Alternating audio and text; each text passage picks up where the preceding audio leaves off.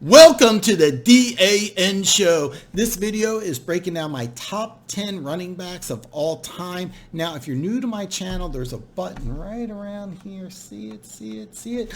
Bam! Hit that button. Become one of the greatest people on planet Earth. Now, here's the deal.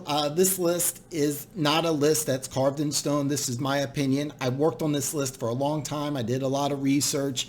I started a video where I broke down every single player on this list for a few minutes, but ultimately ended up being a video of about 2 hours long. And as much as I want to believe that there's people out there that want to watch me talk about the history of the NFL for 2 hours, I know better. So I'm going to condense this and make this a lot shorter. But the whole point of this video is to spark a conversation. I'm giving you my opinion, but I really want to hear from you. What do you think?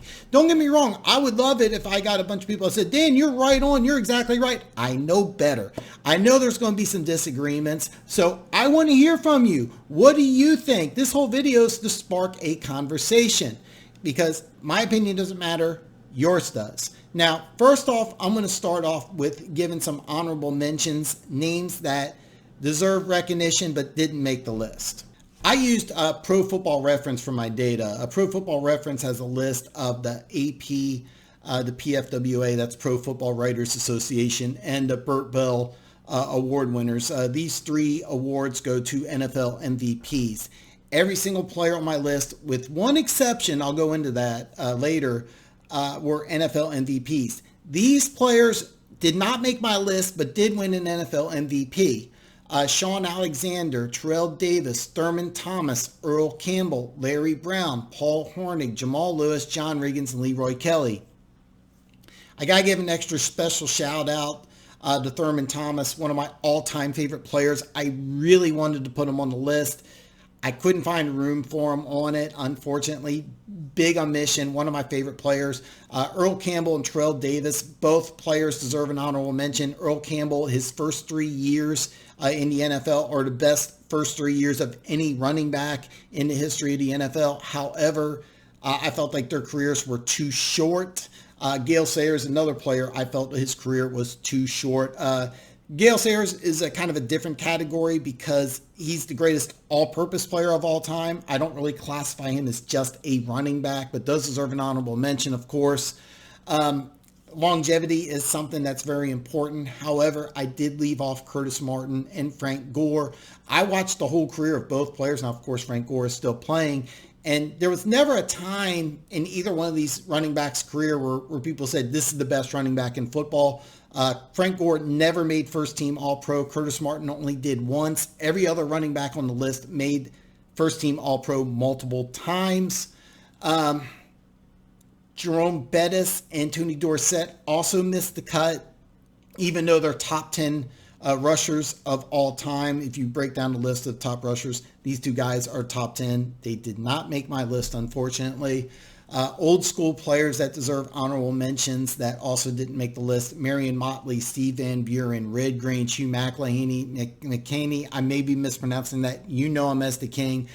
Of course, I'm leaving some names out. Please leave a comment below to who I left an omission out that deserves a special shout out. Now, hey, let's start my list. Number 10 is Adrian Peterson. Now, 8 games into his rookie season, he ended up breaking 1,000 yards, including his 8th NFL game against Chargers, where he ran for 296 yards, an NFL record. It's still an NFL single game record. And of course, in 2012, he ran for 2,097 yards.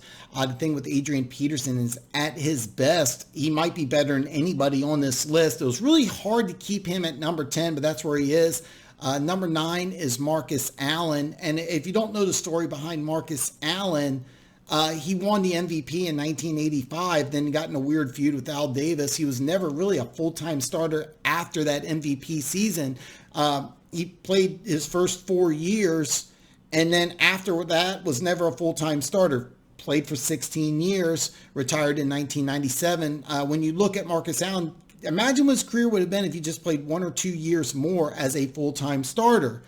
Number 8 is LaDainian Tomlinson, LT. And the reason why I got Tomlinson at 8 and Marcus Allen at 9 is because of Marty Schottenheimer. Marty Schottenheimer called LaDainian Tomlinson the best football player he ever coached. Best football player he ever coached. Now, let's look at some of the players that Marty Schottenheimer has coached. Drew Brees, Phillip Rivers, Tony Gonzalez, Derek Thomas, Will Shields, Ozzie Newsome, Joe Montana, and Marcus Allen. You want to argue with me? I get that. You want to argue with Marty Schottenheimer? Now, I am aware that he coached Marcus Allen at the end of his career. He coached Tomlinson at the beginning of his career. But Marty Schottenheimer, the guy who coached both players, says Tomlinson's a better player. I'm going to go with Marty Schottenheimer here. Number 7, Marshall Faulk, the engine that was part of arguably the greatest offense of all time, the greatest show on turf. Number 6 is where I expect to get some arguments from, because honestly 4, 5, and 6 was really, I had the most problems on this list. I mixed and matched all 3 of these players.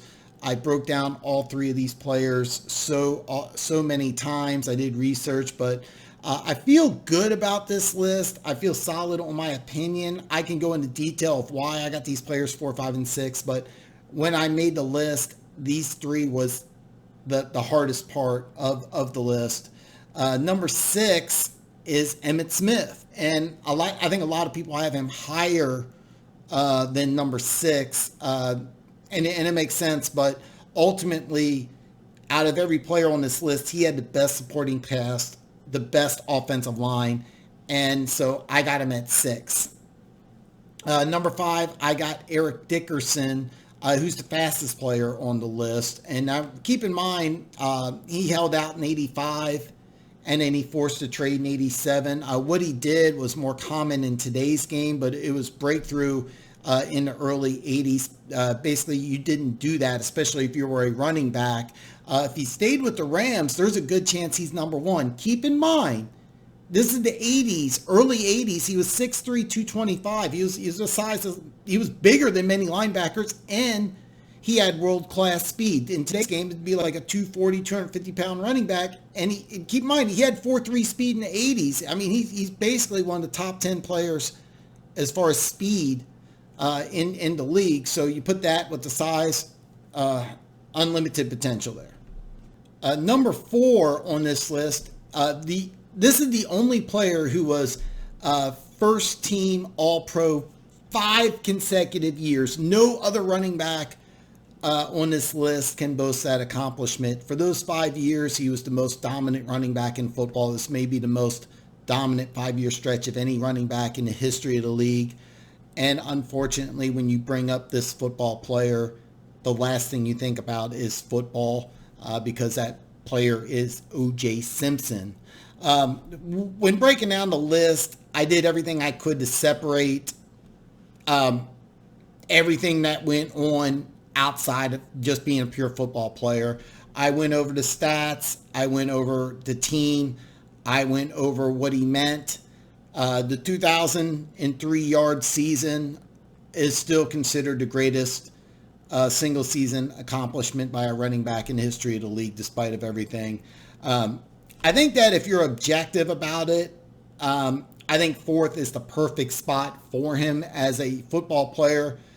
For those 5 years, those 5 years are probably the best 5-year stretch of any running back of all time. So even though it's very hard to do, I think just judging by what he did on the field, O.J. Simpson is the 4th best running back in the history of the National Football League.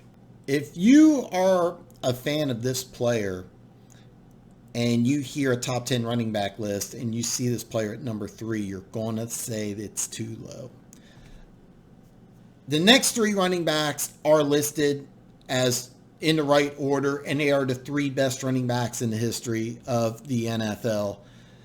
Number 3 is Barry Sanders. And I know I'm going to hear from people that are going to say Barry Sanders is the greatest running back of all time. I understand. He is the most entertaining. He is easily the most elusive running back of all time. But he's number 3. Number 2 is Walter Payton. And here's the deal.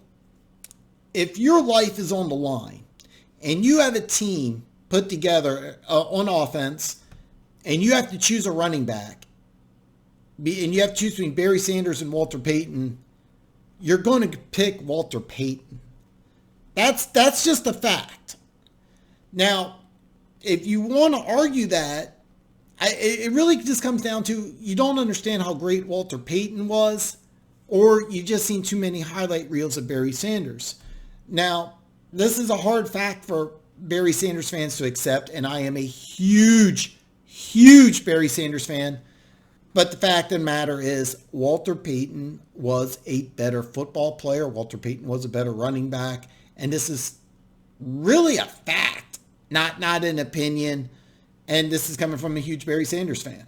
All right, before I reveal the greatest running back of all time, let's recap here. Number 10, Adrian Peterson. Number 9, Marcus Allen. Number 8, LaDainian Tomlinson, LT. Number 7, Marshall Faulk. Number 6, Emmit Smith. Number 5, Eric Dickerson. Number 4, O.J. Simpson. Number 3, Barry Sanders. Number 2, Walter Payton. Now, number 1 should be no surprise. The greatest running back of all time is Jim Brown. And it will always be Jim Brown. If you want to debate on any other position, you could do that. Now, wide receiver is hard. And most universally, everybody will say it's Jerry Rice. But I've heard arguments for other names. And that's a debate you could have. It's a hard one, but you could have. Outside linebacker, most everybody will say it's Lawrence Taylor. Most everybody will say greatest linebacker, Lawrence Taylor. Even best defensive player, Lawrence Taylor. But you can argue this. They're hard arguments, but you could try. There's no argument for best running back of all time. There's nobody even close. When Jim Brown retired, he was league MVP. And I actually erred because I misread the information. He was a first-team All-Pro his first 5 years. So what I said about O.J. Simpson, that was actually incorrect. Jim Brown was too. And then he wasn't first-team All-Pro in 62, but he was his last 3 years. So he played 9 years, first-team All-Pro 8 years. That will never happen again. The previous all-time rushing leader was Steve Van Buren, who had 5,860 yards. Jim Brown doubled it with his total of 12,312. It's still 11th all-time. So, I mean, is there somebody out there who's going to double what Emmit Smith did? No. Again, it's not possible because there's nobody who ever played that was as good as Jim Brown. You can debate the level of competition. That's fair, but people in Jim Brown's era actually tried to injure him. There was players that tried to take him not out of the game, tried to take him out of the league. You would never get that in today's game. You wouldn't have players taking obvious cheap shots trying to end his career. It's just not the way the game is. Other teams went after Jim Brown to try to end his career because nobody dominated the game the way Jim Brown did. And I will argue this with anyone, anytime. But hey, listen, this is my list. Leave a comment below. Don't forget to share this video with your friends. And hey, let the debate begin.